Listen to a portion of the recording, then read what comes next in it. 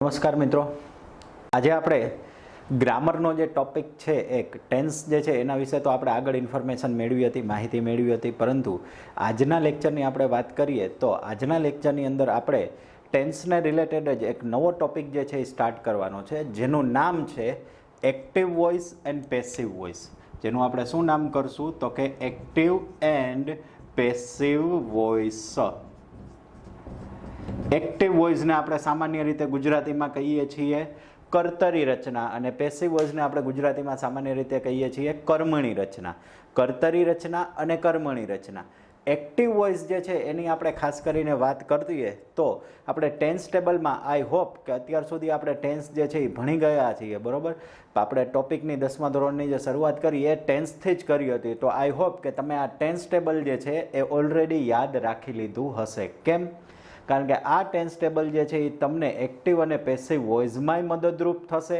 એના સિવાય આપણે વાત કરીએ તો તમને ડાયરેક્ટ ઇનડાયરેક્ટની અંદર પણ આ એક્ટિવ અને પેસિવ વોઇસ જે છે એમાં તો આ રચના જે છે એ તમને મદદરૂપ થશે. એટલે કે આ ટેન્સ ટેબલ જે છે એ મદદરૂપ થશે.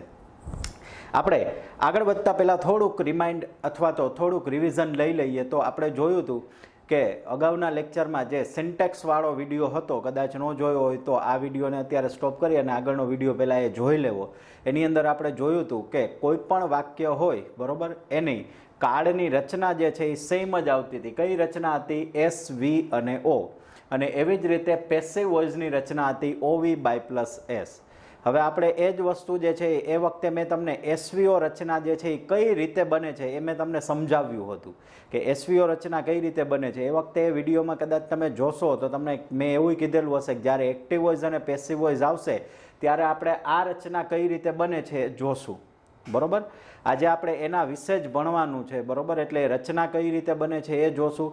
પણ એના સિવાય સૌથી મહત્વની વાત આપણે એ તમારે અત્યારે યાદ રાખવાની છે કે જ્યારે આપણે એક્ટિવ વોઇસ ભણ્યા એ રચનાવાળા વિડીયોમાં મેં એક વસ્તુ ઉપર ખાસ ફોકસ કર્યું હતું કે કોઈ પણ કાળ છે એનો આધાર શેના ઉપર રહેલો છે તો કે કોઈ પણ કાળનો આધાર એના ક્રિયાપદ ઉપર રહેલો છે. કાળ જે છે એ શેના આધારે તમે ઓળખી શકો છો તો કે દાખલા તરીકે હું એમ કહું કે જુનાગઢની અંદર ઘણી બધી સ્કૂલ છે, બરાબર, પણ મારે વેલકમ સ્કૂલના છોકરાઓ છે, આપણી સ્કૂલના છોકરાઓ છે, એને ઓળખવા હોય તો હું કેવી રીતે ઓળખી? મને કઈ રીતે ખબર પડે કે આ વેલકમ સ્કૂલના છોકરાઓ છે? તો કે એના ડ્રેસ ઉપરથી, બરાબર. તો એનો મતલબ શું થયો કે એવી જ રીતે જો આપણે કાળને ઓળખવો હોય તો એનો ડ્રેસ શું છે તો કે વર્બને ઓળખો સાહેબ. વર્બ જોવો કયું વર્બ છે એના ઉપરથી ખબર પડી જાય. અને વર્બની વાત કરીએ એટલે આપણે કયા આવે છે તો કે કયા વર્બ આવે છે? હેલ્પિંગ વર્બ અને મેઇન વર્બ, બરાબર. એ આખા બે વિડીયો સિરીઝમાં હતા, એ તમે જોશો એટલે આખું ચેપ્ટર જે છે એ તમને રિવાઇઝ થઈ જશે. અને પછી જો તમે આ ચેપ્ટર સમજશો એટલે સૌથી પહેલાં તો તમને એ ચેપ્ટર યાદ હોવું જોઈએ.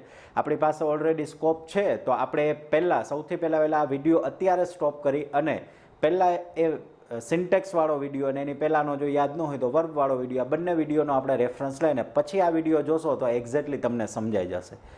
હવે આપણે વાત કરીએ તો કે કાળનો સૌથી મહત્વનો ભાગ ક્રિયાપદ છે. ક્રિયાપદ ઉપરથી કાળને ઓળખી શકાય છે.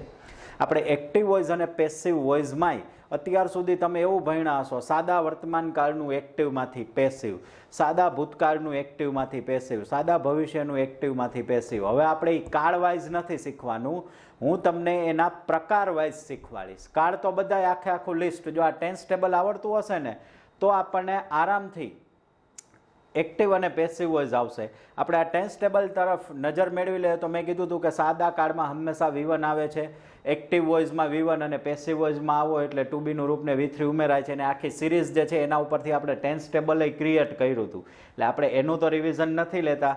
હવે આપણે વાત કરીએ આગળ તો એક્ટિવ વોઇસ અને પેસિવ વોઇસની મારે આગળ ચર્ચા કરવી હોય તો સૌથી પહેલાં મારે તમને રચનાથી માહિતગાર કરવા પડશે. તો એક્ટિવ વોઇસ અને પેસિવ વોઇસની રચના જે છે એ શું બને છે એના વિશે આપણે માહિતી મેળવીએ કે કેવી રીતે એ રચના જે છે એ બને છે, બરાબર. હવે આપણે સૌથી પહેલાં જોયું કે એક્ટિવ વોઇસ સાદી ભાષામાં યાદ રાખવું હોય તો આને આપણે ગુજરાતી મુજબ કહીએ કર્તરી રચના. એટલે જે વાક્યની શરૂઆત કર્તાથી થાય છે એને આપણે કહીએ છીએ કર્તરી રચના. અને પેસિવ વોઇસ એટલે કર્મણી રચના, એટલે કે જે વાક્યની શરૂઆત કર્મથી થાય છે એને આપણે કહીએ છીએ કર્મણી રચના. સિમ્પલ વસ્તુ છે બરોબર, પણ ગુજરાતી કરતાં આપણને ઇંગ્લિશમાં જ ઇઝીલી યાદ રહેશે કે એક્ટિવ વોઇસ અને પેસિવ વોઇસ. હવે એક્ઝેક્ટલી આપણે કરવાનું છે શું એના વિશે આપણે માહિતી મેળવીએ. તો એક્ટિવ વોઇસની રચના આપણે જોઈ હતી. તો એક્ટિવ વોઇસની રચના શું હતી? એસ, વી અને ઓ, સબ્જેક્ટ, વર્બ અને ઓબ્જેક્ટ. પહેલાં કર્તા આવતું હતું, પછી ક્રિયાપદ આવતું હતું અને પછી શું આવતું હતું? તો કે ઓબ્જેક્ટ. આ રચના કેવી રીતે બની એ આપણે ઓલરેડી સાબિત કર્યું હતું કે કેવી રીતે આ રચના બને છે. ગુજરાતીના વાક્યો લીધા, એના ઉપરથી અંગ્રેજી એનું બનાવ્યું અને આ રચના સાબિત કરી હતી. એ વખતે મેં તમને એવું કીધું હતું કે આપણે પેસિવ વોઇસની રચના કઈ રીતે બને છે એ આપણે જોવાનું છે બરોબર. એટ એ ટાઈમ મેં તમને એમનામ યાદ રખાવી દીધી હતી કે તમારે એમનામાં રચના જે છે એ યાદ રાખવાની છે. શું રચના હતી આપણે લખી લઈએ, પછી એ રચના સાબિત કરશું કે કેમ આવી જ રચના બને છે. ઓ વી બાય પ્લસ એસ, આ રચના મેં તમને એમનામ યાદ રખાવી દીધી. તમે એટલા સરસ સારા સ્ટુડન્ટ છો કે તમે એને સહર સ્વીકારી લીધી અને તમને યાદ પણ રહી ગઈ. પણ હવે આજે આપણે એ શીખવાનું છે કે આ રચના કઈ રીતે બને છે. તો સૌથી પહેલાં આપણે ગુજરાતીનું વાક્ય જે છે એ હું લખું છું. ગુજરાતીનું આપણે વાક્ય લખીએ.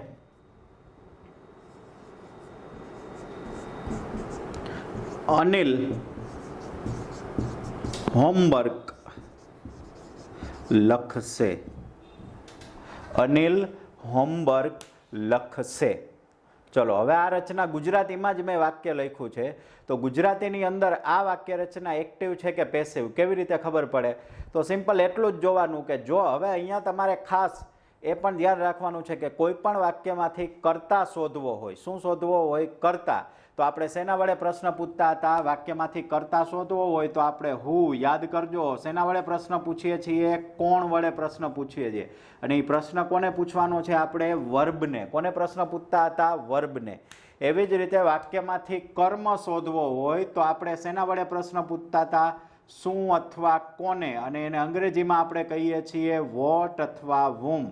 અને આ પ્રશ્ન આપણે કોને પૂછીએ છીએ? તો કે આ બી પ્રશ્ન આપણે વર્બને જ પૂછીએ છીએ બરોબર. તો હવે આપણે અહીંયા કર્તા શોધીએ આ વાક્યનો તો શું મળે છે આપણને કર્તા? તો કે સૌથી પહેલા ક્રિયાપદ ગોતી લેવાનું. હંમેશા એક્ટિવ વોઇસ અને પેસિવ વોઇસમાં વાક્ય કરતી વખતે પહેલો આપણો ટાર્ગેટ એ જ હોવો જોઈએ કે ક્રિયાપદ શોધી લેવાનું. બસ ક્રિયાપદ શોધતા આવડી ગયું એટલે આપણી 50% કામ તમારું પૂરું થઈ ગયું. આ વાક્યમાં કયું ક્રિયાપદ છે? તો કે સાહેબ લખશે. એટલી વસ્તુ ખબર પડી ગઈ કે લક્ષ્ય ક્રિયાપદ છે, એની નીચે કરી દો વી. હવે એના ઉપરથી કર્તા અને કર્મ શોધો. કોણ લખશે? તો કે અનિલ. ચલો અનિલ થઈ ગયો વાક્યનો સબ્જેક્ટ. કોણથી પ્રશ્ન પૂછ્યો? વર્બને પ્રશ્ન પૂછ્યો આપણે. હવે પ્રશ્ન પૂછો, કર્મ શોધવો છે, પ્રશ્ન પૂછો શું લખશે? તો કે હોમવર્ક, ગૃહ કાર્ય. તો આ થઈ ગયો ઓબ્જેક્ટ. ચલો આ ગુજરાતીની વાક્ય રચના મળી ગઈ આપણને. સબ્જેક્ટ, ઓબ્જેક્ટ અને વર્બ. હવે તમે ગુજરાતીના ગ્રામરની અંદર ઓલરેડી ભણી ગયા હશો કે આ વાક્યનું મારે પેસિવ કર્મની રચના કરવી હોય. ગુજરાતીમાં આવે છે કર્તરી ને કર્મની રચના. તો તમે આ વાક્ય જે છે એને આ એક્ટિવ વોઇસ છે ગુજરાતી મુજબ બરોબર. હવે આને ગુજરાતીમાં જ આપણે પેસિવ કરવું હોય તો કેવી રીતે થશે? કેવી રીતે થશે? તો આપણે શું કરશું? તો કે હોમવર્ક અનિલ દ્વારા લખાશે બરોબર. અહીંયા લખશે અને અહીંયા લખાશે. પણ કદાચ આ વર્બમાં થોડી ઘણી ગુજરાતી ગ્રામર મુજબ ઓલું હોઈ શકે છે બરોબર. પણ આપણે વાક્ય રચના જે છે આ રીતે કરશું કે હોમવર્ક અનિલ દ્વારા, અનિલ વડે, પછી આવા દ્વારાથી વડે જે શબ્દ સેટ થતો એ આપણે મૂકીએ છીએ. આપણે અહીંયા શબ્દ ઉપયોગ કર્યો છે દ્વારા, કે હોમવર્ક અનિલ દ્વારા લખાશે. ચલો હવે અહીંયા આઈડેન્ટિફાઈ કરો તો લખાશે એ શું છે? વાક્યનું વર્બ છે. હોમવર્ક શું હતો? વાક્યનો ઓબ્જેક્ટ. અનિલ શું છે? તો કે અનિલ જે છે એ આપણા વાક્યનો શું હતો? સબ્જેક્ટ. અને દ્વારાને આપણે અંગ્રેજીમાં શું કહીએ છીએ? બાય. હવે જોવો જોઈએ આ રચના જે છે એ આપણને શું મળી? આ ગુજરાતીનું પેસિવ વોઇસ છે. કર્મ આવ્યો, પછી તો કે કર્તા આવ્યો અને પછી તો કે ક્રિયાપદ. હવે તમે અહીંયા મને એક વસ્તુ કહો જોઈએ કે ગુજરાતીમાં એક્ટિવમાંથી પેસિવમાં આપણે વાક્ય ફેરવીએ છીએ તો 3 ભાગ આવે: સબ્જેક્ટ, ઓબ્જેક્ટ અને વર્બ.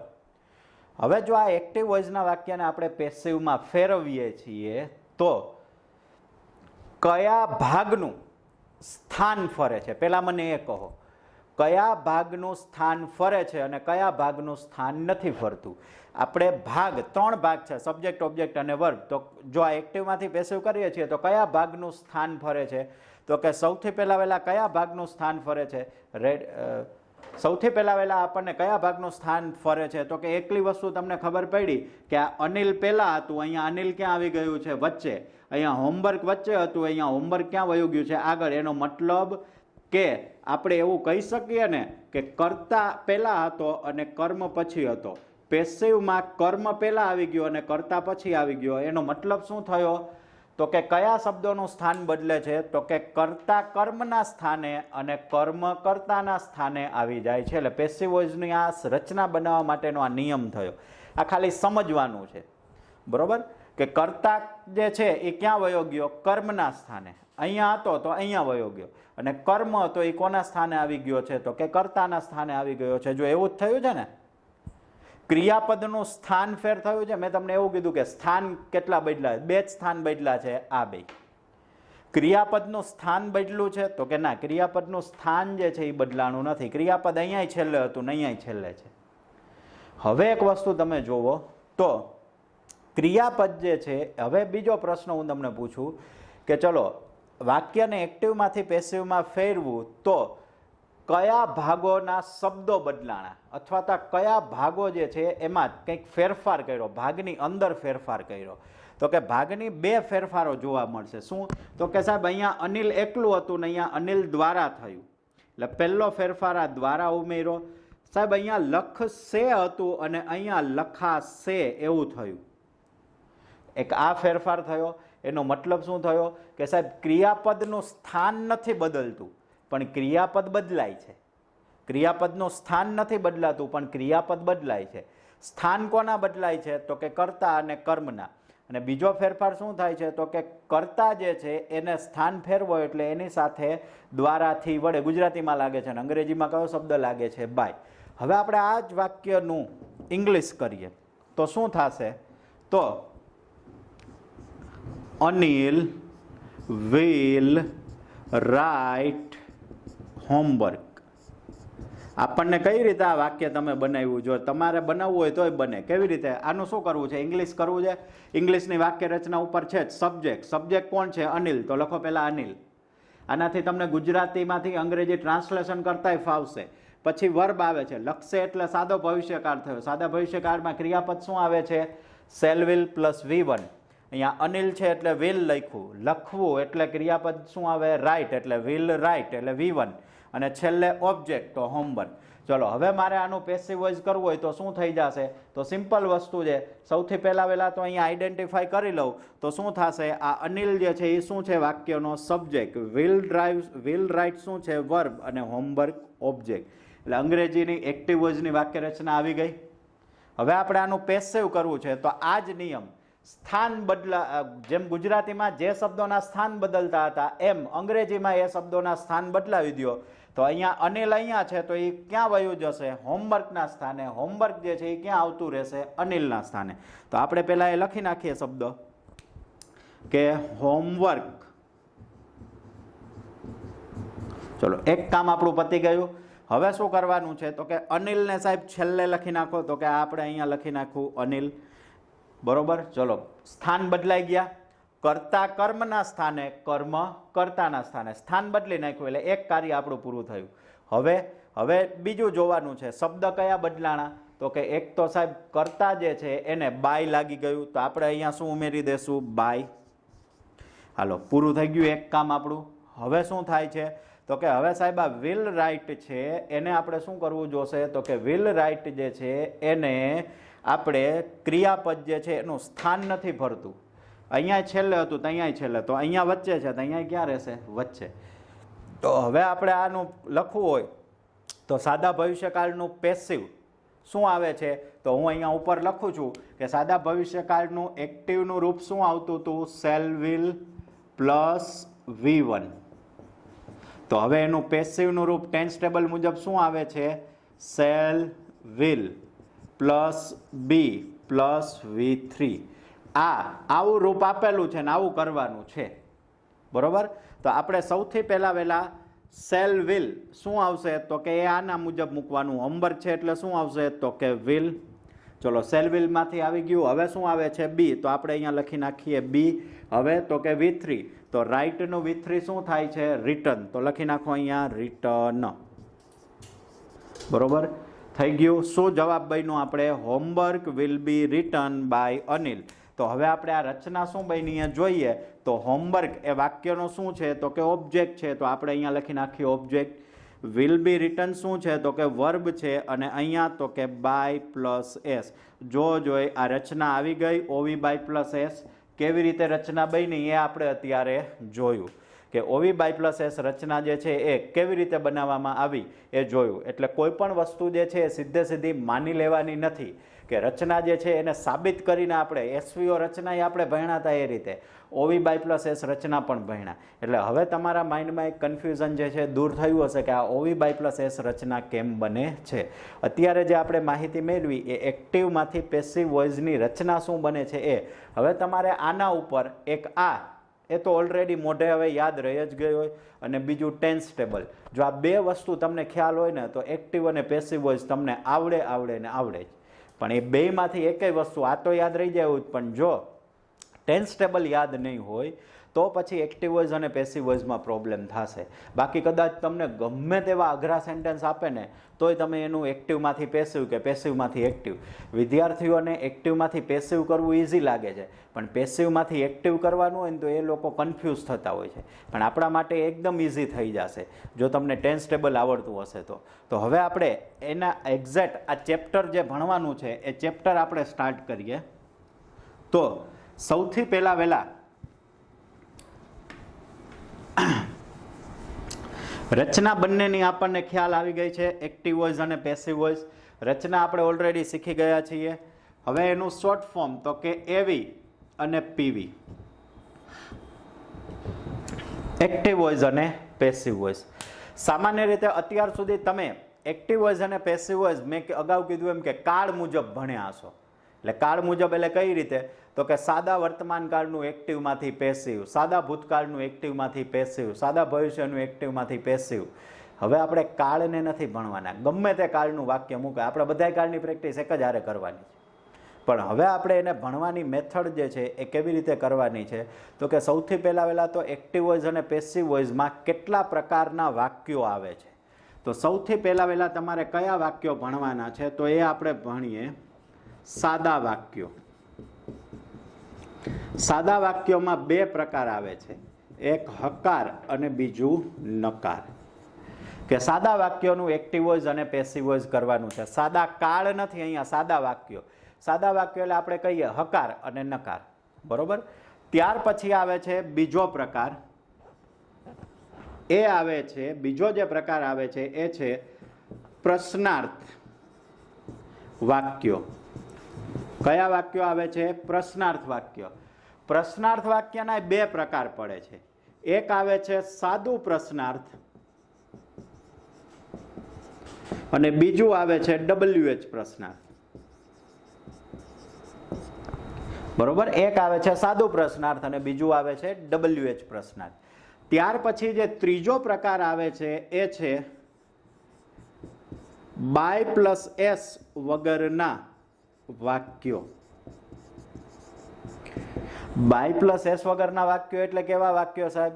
તો અહીંયા તમારે ખાસ કરીને એક કન્ડિશન છે. આ સાદા વાક્યો જે છે એ એક્ટિવમાંથી પેસિવે થાય અને પેસિવમાંથી એક્ટિવે થાય. જો મેં ડબલ સાઇડ એરો કર્યા છે, એક્ટિવમાંથી પેસિવ ને પેસિવમાંથી એક્ટિવ. અહીંયા સેમ વસ્તુ થાય કે એક્ટિવમાંથી પેસિવ ને પેસિવમાંથી એક્ટિવ બંને પૂછી શકે છે. પણ આ બાય પ્લસ એસ વગરના વાક્યો હોય એ હંમેશા પેસિવ હોય અને એનું હંમેશા એક્ટિવ જ થાય. બરોબર. પેસિવ હોય અને એનું હંમેશા એક્ટિવ થાય. જો કે આવામાં એક્ટિવમાંથી પેસિવ થઈ શકે છે, પણ એવા વાક્યો તમને બહુ ઓછા પૂછાય છે. બરોબર. અને ચોથો પ્રકાર જે આપણે આવે છે એ છે આજ્ઞાર્થ વાક્ય. આજ્ઞાર્થ વાક્યોનું પેસિવ વોઇસ જે છે એ આવતું હોય છે. એટલે ટોટલ આપણે 4 પ્રકાર જે છે એ ભણવાના છે. સાદા વાક્યો તો કે એમાં હકાર ને નકાર આવે છે. પ્રશ્નાર્થ વાક્યો તો કે એની અંદર સાદું પ્રશ્નાર્થ ને WH પ્રશ્નાર્થ આવે છે. બાય પ્લસ એસ વગરના વાક્યો આવે છે અને આજ્ઞાર્થ વાક્યો આવે છે. આજ્ઞાર્થ વાક્યમાં સામાન્ય રીતે પૂછી બે રીતે શકે છે, એક્ટિવ ટુ પેસિવ ને પેસિવ ટુ એક્ટિવ, પણ વધારે પડતું તમને એક્ટિવ ટુ પેસિવ વધારે પૂછાય છે. સાદા વાક્યમાં વધારે પડતા આવે. બીજું, સાદા વાક્યમાં તમારે ટોટલ આપણે જે કાળ ભણી ગયા એમાં કેટલા કાળનું એક્ટિવમાંથી પેસિવ થાય છે તો આપણે જોયા હતા. સાદા કાળ આપણે કેટલા જોયા હતા? સાદા કાળ કેટલા છે? 3. સાદા કાળ આપણી પાસે કેટલા છે? 3 છે. કયા કયા? સાદો વર્તમાન, સાદો ભૂતકાળ, સાદો ભવિષ્ય. એનું એક્ટિવમાંથી પેસિવ થાય 3 ચાલુ કાળ કેટલા છે તો કે ચાલુ કાળ છે 3, બરોબર 3 છે, પણ એક્ટિવમાંથી પેસિવ કેટલાનું થાય છે તો કે 2નું, ચાલુ વર્તમાન અને ચાલુ ભૂતકાળનું. પૂર્ણ કાળ કેટલા છે આપણી પાસે તો કે પૂર્ણ કાળ છે 3, પૂર્ણ વર્તમાન, પૂર્ણ ભૂતકાળ, પૂર્ણ ભવિષ્ય, અને એ 3નું એક્ટિવમાંથી પેસિવ કે પેસિવમાંથી એક્ટિવ થાય એટલે ટોટલ 8 કાળનું એક્ટિવમાંથી પેસિવ કે પેસિવમાંથી એક્ટિવ થાય છે કાળ મુજબ. અને મોડેલ ઓક્ઝિલરીમાં બંને સિમ્પલ અને પરફેક્ટ બંનેનું એક્ટિવમાંથી પેસિવ જે છે એ થઈ શકે છે. તો આટલી માહિતી જે છે એ તમારી પાસે હોવી જોઈએ કે આપણે 4 પ્રકારના વાક્યો જે છે એ ભણવાના થશે. સાદા વાક્યો, પ્રશ્નાર્થ વાક્યો, બાય પ્લસ એસ વગરના વાક્યો અને આજ્ઞાર્થ વાક્યો. બરોબર? એટલે હવે આપણે આ વાક્યો વિશેની ઇન્ફોર્મેશન મેળવી અને આપણે સાદા વાક્યો લેશું તો એમાં કાળ બધાય આવી જશે. હું તમને એક એક્ઝામ્પલ સાદા વર્તમાનનું હશે, બીજું એક્ઝામ્પલ પૂર્ણ કાળનું હશે. એ બધા મિક્સ જ આવશે આપણી પાસે. એવું નથી કે કોઈ કાળ મુજબ ભણશું. કાળ મુજબ ભણશું તો આપણે કોઈ દિવસ આ ટોપિક પૂરો ન કરી શકીએ. એટલે આપણે એના પ્રકાર વાઇઝ જે છે એને શીખવાના છે.